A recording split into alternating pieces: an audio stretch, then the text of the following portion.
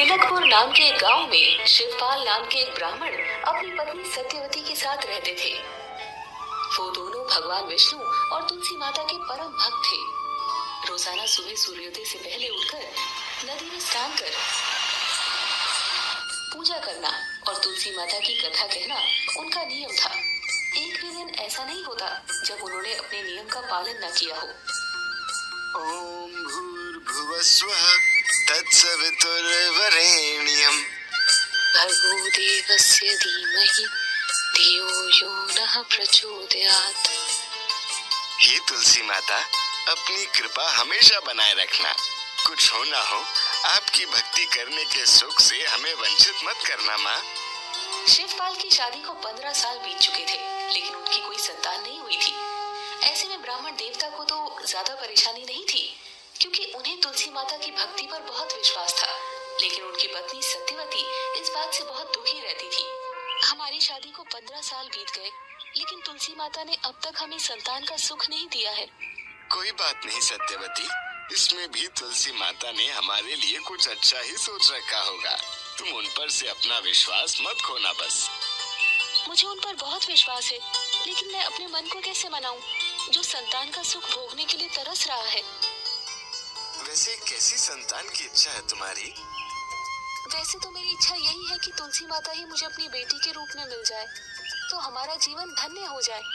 लेकिन ये तो संभव ही नहीं है। सत्यवती तुलसी माता को बेटी के रूप में पाने का सपना दिन रात देखा करती थी। एक दिन दोनों पति पत्नी सुबह सवेरे स्नान करने के बाद पूजा करके जब अपने घर की ओर जा रहे थे, तो पीछे से एक बच्ची की आवाज उन्हें सुनाई देती है। बाबा, माँ, शिवपाल रुका कहते हैं। अरे ये कैसी आवाज सुनाई दी मुझे? क्या तुमने भी कोई आवाज सुनी सत्यवती? हाँ, ऐसा लगा जैसे किसी बच्ची ने आवाज दी हो सकता है किसी और को बुला रही हो वो। हमें भला कोई क्यों बुलाएगा? ये सोचकर दोनों आगे बढ़ने लगे कि तभी फिर से आवाज आई। माँ, बाबा, क्या आपको मेरी आवाज सुनाई नहीं दे रही? मेरे लिए रुको तो जरा।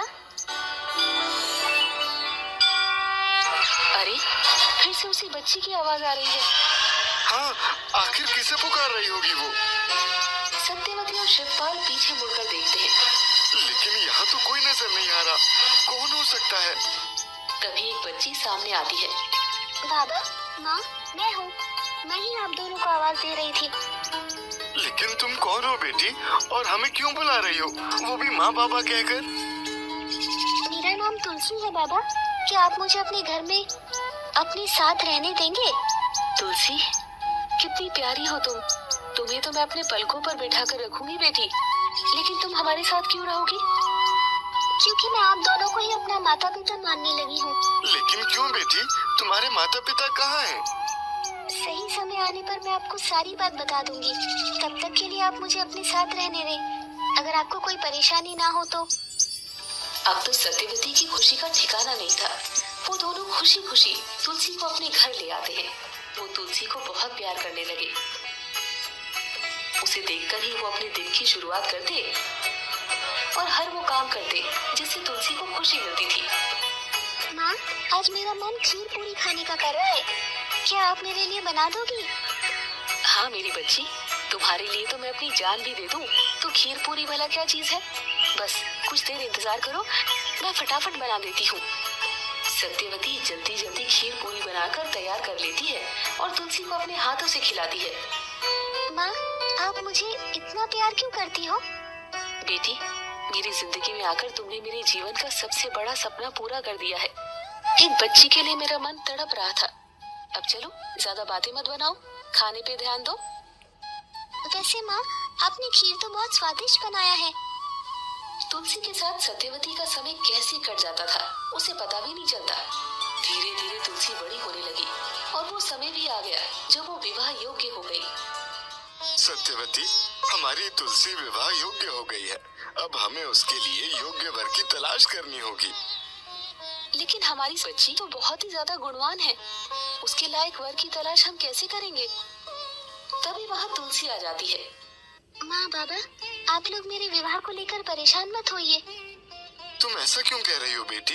बाबा, अगले महीने ही कार्तिक शुक्ल एकादशी के दिन मेरे विवाह की तैयारी आप कर लीजिए। मेरे वर मुझसे विवाह करने के लिए उसी दिन आएंगे। लेकिन ऐसा कैसे हो सकता है बेटी?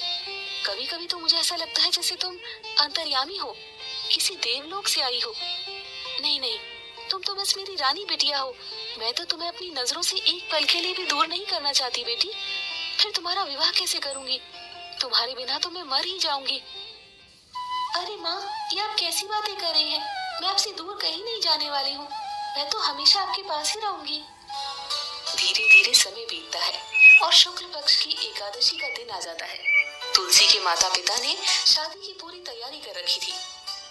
तुलसी भी सज धज कर दुल्हन बन जाती है। मेरी बच्ची कितनी खूबसूरत लग रही है, कहीं तुम्हें किसी की नजर न लग जाए। लेकिन बेटी, मुझे तो अब भी समझ में नहीं आ रहा कि तुम्हारा दूल्हा कहाँ से आएगा। वो बातें ही कर रही होती है कि द्वार पर कुछ बारातियों के साथ दूल्हे का आगमन गाजे बाजे के साथ हो जाता है। माँ, जाओ, दरवाजे पर बारातियों का आगमन हो गया है। सत्यवती भागती हुई दरवाजे पर जाती है और दूल्हे को देखकर खुशी से झूम उठती है। हे तुलसी माँ, आपने तो मेरे सारे सपने साकार कर दिए। मेरी बेटी के लिए इतना अच्छा वर, ऐसा लग रहा है मानो स्वयं विष्णु भगवान मेरी तुलसी से विवाह करने आए हो। तभी शिवपाल आकर कहते हैं, अरे सत्यवती, अब दूल्हे को निहारती ही रहोगी या फिर उनका स्वागत सत्कार भी करोगी? सत्यवती और शिवपाल मिलकर तुलसी का विवाह धूमधाम से करते हैं। विवाह संपन्न होने के बाद, बेटी, अब तो तुम इस घर से विदा हो रही हो, लेकिन बेटी, हम आज तक इस बात से अनजान हैं कि तुम हमारे जीवन में कैसे आई और क्यों आई, और तुम्हारा विवाह भी हमारे लिए एक पहेली ही बना हुआ है। हाँ बेटी, कृपया करके हमें सच बताओ। तभी तुलसी और भगवान विष्णु शालिग्राम के रूप में प्रकट हो जाते हैं। माँ, यही हमारा असली रूप है। आप चाहती थी ना कि मैं आपकी बेटी के रूप में जन्म लूं, सो आपकी मनोकामना पूरी करने के लिए मैं आपके जीवन में कन्या बनकर आई। हमारा जीवन तो धन्य हो गया माँ। आपकी सेवा में यदि हमसे कोई चूक हो गई होगी तो हमें क्षमा करना माँ। आप दोनों ने मुझे बेटी के रूप में स्वीकार करके जो ममता लुटाई है मुझ पर, उसके लिए मैं आपका धन्यवाद करती हूँ। आप दोनों की सच्ची भक्ति से हम बहुत प्रसन्न हैं, इसलिए आपको वरदान देते हैं कि आपको जीवन में कभी किसी चीज की कोई कमी नहीं होगी। आप दोनों हमेशा निरोगी बने रहोगे। भगवान, हमारा जीवन तो सफल हो गया। हमारी बेटी तुलसी के बगैर जीना तो बहुत मुश्किल है अब तो। माँ, बाबा, आप दोनों जब भी मुझे बुलाएंगे मैं आपके पास आ जाऊंगी। अब इस जीवन का हम क्या करेंगे? हमें इस जीवन से छुटकारा दे दो माँ। आप दोनों यही रहकर लोगों में ईश्वर के प्रति विश्वास को जगाने का कार्य कीजिए और लोगों को सत्य मार्ग पर चलने की प्रेरणा दीजिए। जीवन के अंत में मैं स्वयं आप दोनों को लेने आऊंगी। इतना कहकर तुलसी माता और भगवान शालिग्राम वहां से अंतर्ध्यान हो गए। अब शिवपाल और सत्यवती तुलसी माता की भक्ति में और ज्यादा लीन हो गए। उन्होंने दूर दूर तक धर्म का प्रचार किया और लोगों के मन में तुलसी माता के प्रति भक्ति का भाव जगाया। अंत में तुलसी माता और भगवान शालिग्राम उन्हें लेने आए, जिससे उन्हें मोक्ष की प्राप्ति हुई।